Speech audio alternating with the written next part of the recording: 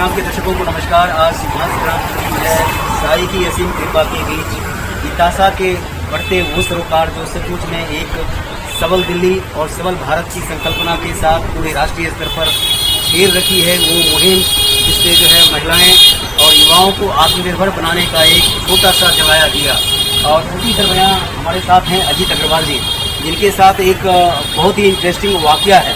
आइए चलिए आपको डायरेक्ट ले चलता हूँ उस व्यक्ति के पास और उन सरोकार के साथ जो सचमुच में कहते हैं कि इंसान जिंदा है, इंसानियत जिंदा है और इंसान के रूप में भगवान भले ही दिखाई ना दे, लेकिन जब तक अजीत अग्रवाल जैसे लोग हैं तो तब तक इंसानियत कायम है। आइए चलिए उनसे बात करते हैं बिना किसी लाग लपेट के। आपको डायरेक्ट उस व्यक्ति से रूबरू कराता हूँ जो सचमुच में साक्षात इंसानियत के पराकाष्ठा पर बैठे हुए हैं। जी नमस्कार जी। नमस्कार। नमस्कार जी, आपका क्या नाम है? अजीत अग्रवाल जी, अगर इस तरह की बात करें जिस तरह से महिला एसोसिएट हुई और आपके दिल में नॉर्मली लोग ऐसा सोचते हैं कि अपने और अपने काम, लेकिन आपके दिल में आया कुछ ऐसे महिला शक्ति को जो कर रही हैं कुछ इस तरह से, ये कैसे है? थोड़ा देश जानना चाहता हूँ जी। सर मेरे पास आजाद आया था जी। तो ये खादी ये शॉप है जो नेचुरल शॉप है, ये क्या है प्रोडक्ट का मैं पहले से ढूंढ रहा था कि कहाँ से मिले जी। तो ये मैं चाहता हूँ ये मेरे पास चल के आया प्रोडक्ट जी। तो आजाद के थ्रू मेरे पास आया तो मैंने देखा, मैंने कम क्वांटिटी में मंगाया पहले, फिर अच्छी क्वांटिटी में मंगा रहा हूँ जी। तो इन्होंने मेरे को बताया ऐसे ऐसे ये लेडीज बनाती हैं जी, महिलाएं बनाती हैं, तो मेरे को और अच्छा लगा जी। तो महिलाओं को बिजनेस मिलेगा और मेरे को प्रोडक्ट मिलेगा। तो मीडिया ये समझना चाह रही है कि आपको क्यों अच्छा लगा जो महिलाएं बनाती हैं और पुरुष बनाती हैं, तो आपको लग रहा है कि दोनों बनाने में फर्क है? फर्क जी, क्या फर्क है? तो मेरे को लगा कि क्या फर्क है? जी महिलाओं को बिजनेस मिलेगा जी मेरा मकसद है कि उनको बिजनेस मिलेगा, मुझे प्रोडक्ट मिलेगा अपनी शॉप पे। जी जी। तो कितने क्वांटिटी में आपने लिया था पहली बार, और आज की डेट में पूरा देश समझना चाह रहा है अजीत जी के माध्यम से? स्टार्टिंग में मैंने 5 से 10 पीस लिए थे जी। आज ये मैं बताया 250-300 जी। इतासा की वो सहकर्मी जिन्होंने इतासा की भावना को, उद्देश्य को समझा और आगे बढ़े और मिल गए अजीत अग्रवाल जैसे लोग। आइए चलिए डायरेक्ट समझने की कोशिश करते हैं कि कैसे और किस तरह से इतासा से जुड़कर आज जो है एक स्वावलंबी दिल्ली की जो संकल्पना है मीनाक्षी जी का, वो कहीं न कहीं दिख रहा है कि फलीभूत हो रहा है, जिस तरह से अजीत जी ने उद्गार दर्ज किया। जी, क्या कहना चाहिए? क्या नाम है आपका? मेरा नाम मीरा है जी।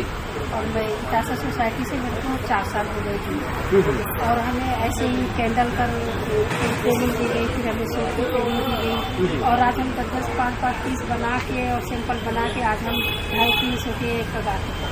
हाँ, तो 250-300 की ऊंचाइयों पे पहुंच गए। कगार तो नेगेटिव के लिए होता है, आप तो ऊपर जा रही हैं हिमालय की उच्चतम चोटी की तरफ। तो ढेर सारी शुभकामनाएं मीडिया ग्रुप की तरफ। हमारे साथ है एक और महिला जो सचमुच में इतासा के सपनों को आगे बढ़ा रही हैं, जिनका उद्देश्य है बोलना नहीं काम करना, और सचमुच में निकल पड़ी हैं खुली सड़क पर अपना जीना ताने। तो डायरेक्ट करते हैं, उनसे बात करते हैं क्या कर रही हैं, किस काम को आगे बढ़ा रही हैं। नमस्कार जी। नमस्कार, क्या नाम है आपका? जी जी जी जी। गुलाबती जी, मैं ये जानना चाहूँगा कि आप कितने साल से जुड़ी हुई हैं? 4 साल। जी। अभी आप क्या बना रही हैं? जी जी जी जी। तो क्या लग रहा है कि इसमें लग रहा है कि पहले तो अच्छा नहीं लग रहा था, लेकिन अब जिस तरह से काम निकल पड़ा है, काम बढ़ रहा है, तो आपको क्या लग रहा है? अरे जैसे काम निकल रहा था मुझे हंसने में नहीं अच्छा लग रहा था, काम आने जाएगा। तो शुरू में जब मीनाक्षी दीदी मिली होगी और आपसे कही होगी ऐसा इस तरह से ऐसा होता चला जाएगा, तो क्या लग रहा है कि जो उन्होंने कहा वो उसी ट्रैक पे आप जा रहे हैं? हाँ सर, सही हो रहा है। जी।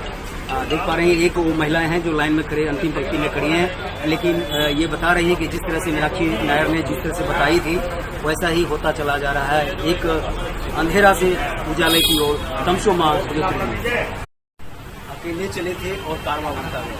बहुत सुंदर टैगलाइन है और उसका जीता जागता उदाहरण है इतासा। और इतासा ने अगर मीनाक्षी जी की बात करें, संजय गंगवार जी की बात करें, तो कुछ आउट ऑफ स्टैंडिंग उनका सोच दिल्ली सहित भारत को बदलने के लिए बेताब है। आइए चलिए आज हम मिलते हैं ईडी से। तो कहीं न कहीं एक बदलते हुए दिल्ली के परिवेश में क्या किस तरह से स्वावलंबी दिल्ली को खड़ा किया जा सकता है, आगे बढ़ाया जा सकता है, उस विषय पर बात करते हैं कि कौन से ऐसे एजेंडे हैं जिस पर आप काम कर रहे हैं और निकट भविष्य में आप काम करने वाले हैं। संजय जी नमस्कार। नमस्कार जी तो मैं आपको बताना चाहूँगा कि आशा सोसाइटी जो है वो आपने अभी कुछ देखा कि यहाँ पे महिलाएं सामान बनाती हैं, हैंडमेड सोप बनाती हैं, कैंडल्स बनाती हैं, जिनको हम अग्रवाल साहब जैसे जो अच्छे लोग हैं उनके माध्यम से बेच पाते हैं और महिलाओं को एक लाइवलीहुड मिलता है, कमाई का जरिया मिलता है अपने परिवार। साथ ही आशा सोसाइटी दिल्ली में और भी कई सेंटर में काम करती है वहाँ पर महिलाओं को उपयोग किया जाता है और उसके साथ 18 साल से बड़े बच्चे जो 12वीं पास कर चुके होते हैं उनको हम ट्रेनिंग करवा के स्किल डेवलपमेंट में नौकरी लगवाते हैं और नौकरी भी ऑर्गेनाइज सेक्टर में, जैसे बड़ी बड़ी कंपनियां हैं Tata Croma, Reliance, burger king, costa coffee जैसी ब्रांडेड कंपनियों में हम बच्चों की नौकरी लगवाते हैं। हमारा एक सेंटर मंगोलपुरी में है, एक संगम विहार में है, एक मुगल कॉलोनी में है, दक्षिणपुरी में, और हम दिन दूर में बढ़ते जा रहे हैं क्योंकि हमें अग्रवाल साहब जैसे अच्छे लोगों का सहयोग कहीं न कहीं मिलता है। आप ये समझेंगे कि जब एक अच्छा काम करने निकलते हैं आप तो कारवां बढ़ता जाता है और लोग अच्छे लोग जुड़ते जाते हैं। इसी सोच के साथ हम मीनाक्षी मैडम का जो सपना है कि महिलाएं आत्मनिर्भर बने, बच्चे बने, अपने क्वालिफिकेशन के हिसाब से जॉब कर सकें, अपने परिवार को सपोर्ट कर सकें, अपने समाज का सपोर्ट कर सकें, ये। लेकिन मीडिया आपसे ये सुनना चाह रही है कि आप जो है नारियों के लिए, महिलाओं के लिए ज़्यादा फोकस करते हैं कि वो स्वावलंबी हो, तो ऐसा विकासा क्यों सोचती है? इस तरह का सोच के पीछे क्या मानसिकता है, ये मीडिया के माध्यम से पूरा देश समझना चाहिए। तो ये आप सब इसी समाज में रहते हैं, हम भी जानते हैं कि हमारे समाज में आज भी महिलाओं को जो करने में जो सक्षम है वो करने का मौका किसी न किसी कारणवश नहीं मिल पाता है। परिवार की कुछ ज़्यादा जिम्मेवारियां उनके ऊपर होती हैं। कुछ महिलाओं में जो 30, 35, 40 साल की शायद उनको पढ़ने का मौका ना मिला हो, तो हम चाहते हैं कि हमारा ऐसा सोच है कि अगर किसी समाज की महिला सशक्त होगी, चाहे एजुकेशन से हो, एम्प्लॉयमेंट से हो, उसके पास कोई रोजगार हो, स्वरोजगार हो, वो ही समाज आगे बढ़ सकता है। क्योंकि महिला के पास जब आर्थिक सपोर्ट होता है तो वो अपने बच्चों की पढ़ाई लिखाई का, अपनी दवा का, बच्चों के खान पान का ध्यान रख सकती है, जिससे कि परिवार और समाज आगे बढ़े।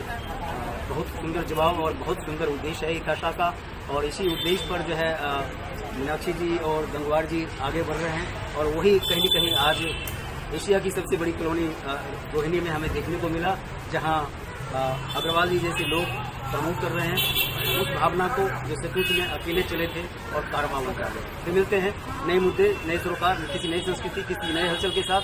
तब तक आप जुड़े रहें और देखते रहें सिद्धांत संग्राम। जहानूर कश्मीर के साथ विजय विद्रोही रोहिणी।